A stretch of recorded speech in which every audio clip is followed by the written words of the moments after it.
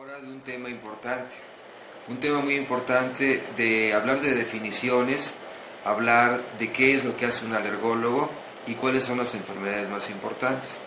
El término alergia es un término muy antiguo que significa del griego alos, que es algo diferente, algo no esperado. Y ese término se aplica a aquellas enfermedades en las cuales el paciente llega a presentar una reacción diferente de hipersensibilidad. ¿Qué significa esto? Significa que presenta el paciente síntomas que en individuos normales no se presentan. Es decir, hay un sector de la población que tiene esta enfermedad. Hablar entonces de alergia es hablar de que el 35% de la población general puede tener el riesgo de una alergia. ¿Y cuáles son las principales alergias? En primer lugar tenemos la rinitis alérgica, que se presenta frecuentemente en niños y adultos jóvenes. Afecta más o menos entre un 17 y 20% en población universitaria. El moco es clarito, hay estornudos, de preferencia matutinos, hay comezón de nariz, comezón de ojos, el paciente luce ojeroso, respira con la boca abierta, nariz tapada, comezón de garganta y puede coexistir con conjuntivitis, con otitis recurrente, con asma bronquial y se dan cuenta con una serie de complicaciones muy comunes. ¿Qué debemos hacer en un paciente que tiene rinitis? Una buena historia clínica, un buen interrogatorio y es obligado saber el origen de la enfermedad.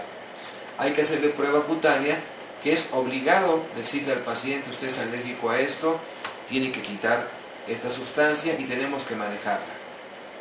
Se puede estudiar también el moco nasal, hay que descartar que no tenga una sinusitis agregada y el tratamiento va dirigido al control del medio ambiente, quitar polvo, humedad, humo de cigarrillo, lavar la nariz, darle algún antihistamínico, dar algún antiinflamatorio y sobre todo en pacientes difíciles que ya tienen complicaciones podemos hacer pruebas de alergia y vacunación antialérgica. Otra enfermedad muy común en población pediátrica es el asma bronquial. Esta enfermedad, en estudios que hemos hecho en México, está entre el 6 y el 13%. En algunas ciudades hasta un 18%. Por ejemplo, en Mérida, Yucatán, tuvieron una prevalencia muy alta de la enfermedad. El asma puede estar controlada, parcialmente controlada o bien descontrolada, dependiendo los síntomas que tiene el paciente, y podemos hablar de que es un paciente que está muy bien, regular o muy mal. ¿Por qué se caracteriza el asma bronquial? Por tos crónica, sibilancias, le sirve el pecho, tiene dificultad respiratoria y puede coexistir con lo que comentábamos anteriormente, con rinitis o con sinusitis. Para el manejo, en primer lugar, control del medio ambiente, segundo lugar, educación del paciente que se apegue al tratamiento, tenemos que darle un plan de crisis y debe llevar un control a largo plazo. En esta forma resumida podemos decir cómo se maneja a un paciente con asma. ¿En qué consiste la conjuntivitis alérgica, que es una enfermedad también muy común? En que es muy frecuente en niños, en adultos jóvenes, y existen 4 tipos de conjuntivitis: la rinoconjuntivitis alérgica, la queratoconjuntivitis alérgica, la conjuntivitis atópica y la conjuntivitis papilar gigante. Rápidamente voy a dar algunos datos de cada una de ellas. Esta es la que acompaña a la alergia comúnmente. Niño que tiene rinitis y además conjuntivitis. Frecuentemente polvo casero, frecuentemente pólenes. La queratoconjuntivitis alérgica es la más difícil, la más rebelde y también se le llama conjuntivitis primaveral porque aparece frecuente en época de pólenes, en época de calor y son niños que llegan con los ojos muy irritados, con mucha comezón, les lastima la luz, llegan muy mal, llegan a lesionarse muy feo los ojos. La conjuntivitis atópica es la que acompaña al paciente que tiene dermatitis atópica, de lo cual ya hemos hablado, y además tiene como complicación conjuntivitis atópica. Esta es de las también difíciles de tratar, con una respuesta muy difícil y sobre todo muy rebeldes al tratamiento. Puede llevar a complicaciones de lesión de la conjuntiva, se llegan a poner muy mal. La conjuntivitis papilar gigante es la que obedece al uso de lentes de contacto y son sensibles al timerosal, el material que usan como preservador del lente para que no se eche a perder. Lo que más se ha identificado en estos casos de conjuntivitis es alergia al polvo, a pólenes, a mascotas, a hongos de la humedad, a irritantes físicos y puede coexistir con otras enfermedades. Sinusitis es otra enfermedad muy frecuente, ya hemos hablado de ellas. Casi siempre corresponde a problemas alérgicos, a problemas anatómicos, por bajas defensas, puede ser aguda o crónica, el moco es amarillo o verdoso, el paciente está ronco, siente su nariz tapada, percibe mal olor de sus secreciones, puede olerle mal su boca, puede tener mal aliento en el niño, picazón de garganta, sensación de flemas, puede quejarse de dolor de cabeza y para esto podemos recurrir a una placa radiográfica, en algunos casos tomografía para descartar algún problema de tipo anatómico, podemos hacer estudios de moco nasal y sobre todo estos pacientes debemos indagar y detectar cuál fue la causa, dar un buen manejo ambiental, lavar la nariz frecuentemente, quitar las alergias, dar el antibiótico bien dado, indicado por el médico especialista, y algunos pacientes en las formas crónicas requieren tratamiento de vacunación antialérgica. Este es un problema muy común. El niño que enferma frecuentemente del oído, que tiene otitis media recurrente. La causa principalmente se ha visto que es alérgica, pero también puede tener problemas anatómicos, crecimiento de adenoides, problemas en la ventilación del oído, labio paladar hendido o labio leporino. Y el niño lo que tiene es un dolor de oído, puede tener fiebre, a largo plazo puede tener alteración de la audición, puede confundirse con dolores de cabeza crónicos y sobre todo se asocia muy frecuentemente a síntomas catarrales. Cuando revisamos el oído vemos que el tímpano está rojo, abombado, puede tener ya estado pacificado por tanta frecuencia que ha tenido la inflamación del oído, el tímpano, o también puede estar con una huella de cicatriz, puede estar perforado. El tratamiento hay que corregir los factores y las causas anatómicas, corregir la alergia, podemos dar un buen antibiótico, dar seguimiento, algunos niños requieren dar estimulantes de las defensas, algunos requieren vacunación antialérgica y en caso de que tenga criterios hay que operar estos casos poniéndoles tubos de ventilación. Esto lo hace el otorrino bien entrenado, debe haber un manejo conjunto entre el pediatra, alergólogo pediatra y el otorrino para que estos casos no vayan a quedar con secuelas como es hipoacusia o pérdida de la audición. Urticaria, otro problema muy común, 20% de la población en alguna etapa de su vida se ha enronchado. ¿Esto qué corresponde? A ronchas que son caprichosas, cambiantes, se puede inflamar en forma aguda, pero también puede ser en forma crónica dependiendo del tiempo que tengan las ronchas. Menor de 6 semanas, mayor de 6 semanas en el caso de lo crónico. Las causas pueden ser por alimentos, por medicamentos, por infecciones virales, la inhalación de alguna sustancia, puede haber urticarias físicas, sobre todo en la fase crónica, en donde puede ser por calor, por frío, por frote, roce, presión, vibración, sudor, ejercicio, contacto con agua, aun cuando no sea ni fría ni calienta, y hay enfermedades raras que pueden ser por causas autoinmunes, donde el cuerpo ataca a la piel y produce autoanticuerpos que hacen que se comporten como urticarias autoinmunes de muy difícil control. El tratamiento de una urticaria debe ser buscar la causa. ¿Por qué? Porque hay causas delicadas, pacientes que tienen tumores, cáncer, linfomas, que pueden tener urticarias o que pueden tener enfermedades infecciosas delicadas. ¿Qué hay que hacer en la urticaria para quitar las ronchas? Usar un antihistamínico bloqueador H1. A veces tenemos que usar un bloqueador H2 como la ranitidina. A veces requerimos usar antiinflamatorios como los esteroides. Y un 20% no llegamos a saber la causa. Este es el padecimiento que muchas veces el dermatólogo ve y desesperadamente manda tratamientos, o el mismo alergólogo también se desespera, y tenemos que llevar una secuencia de diagnóstico para llegar a saber la causa y no caer en estos casos de causa desconocida. Dermatitis atópica es la segunda causa de visita al dermatólogo y al pediatra. En problemas de piel ocupa el segundo lugar.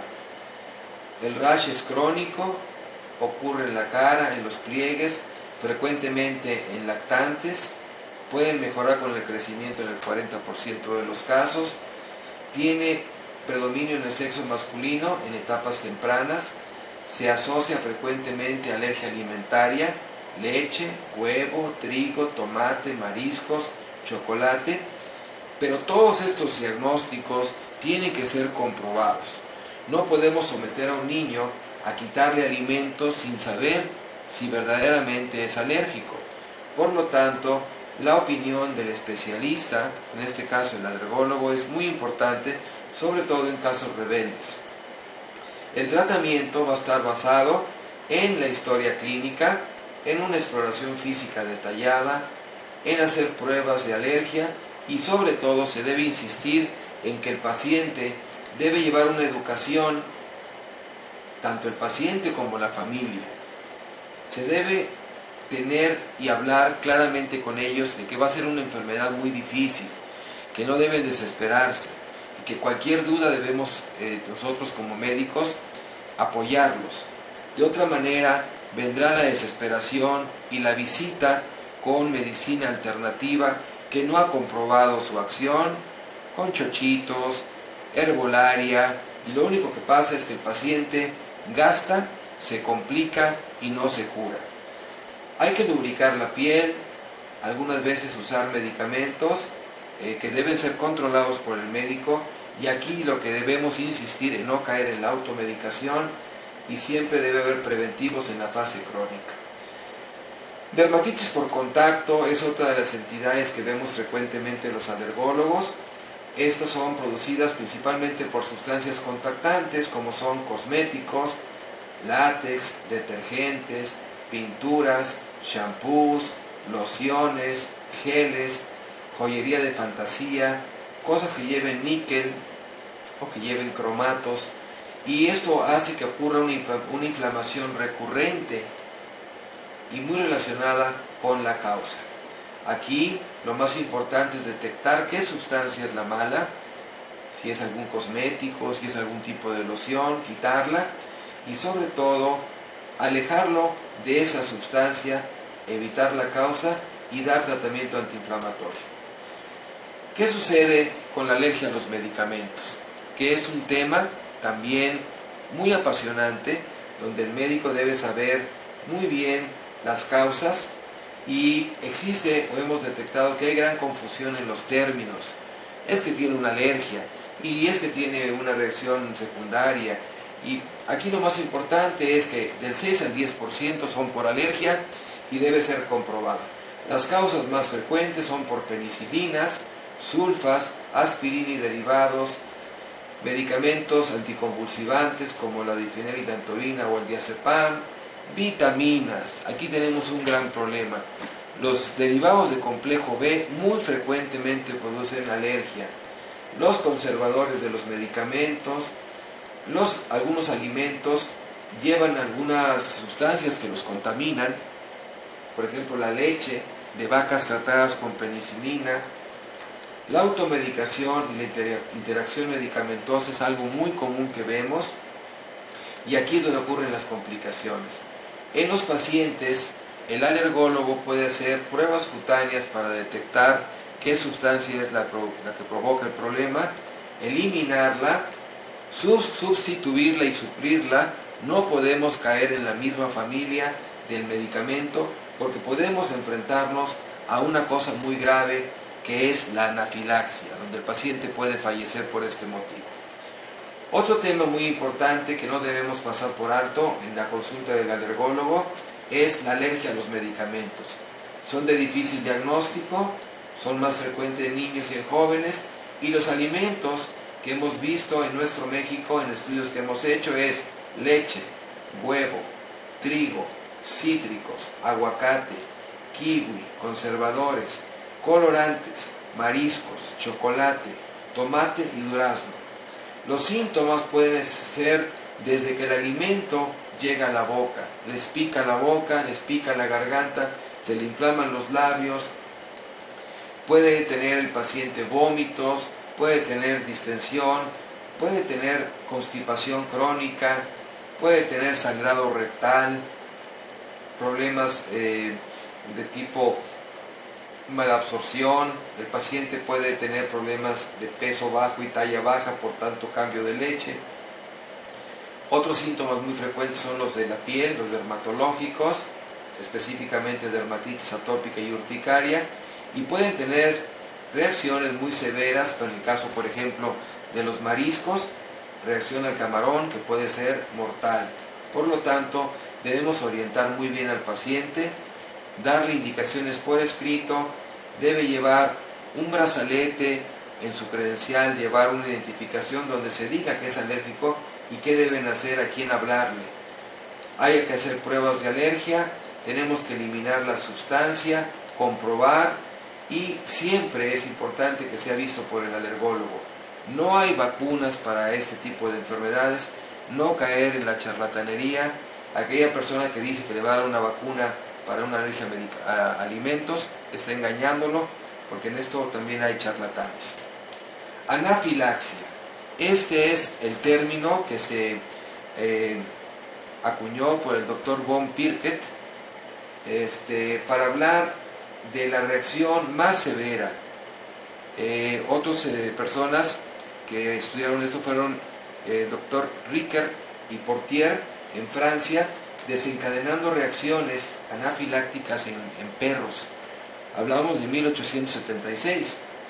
Este es un evento potencialmente mortal, de inicio súbito. A los 2 o 3 minutos el paciente puede estar gravemente enfermo, con dificultad respiratoria, con colapso circulatorio, con tos, hinchado totalmente y prácticamente con sensación de muerte inminente.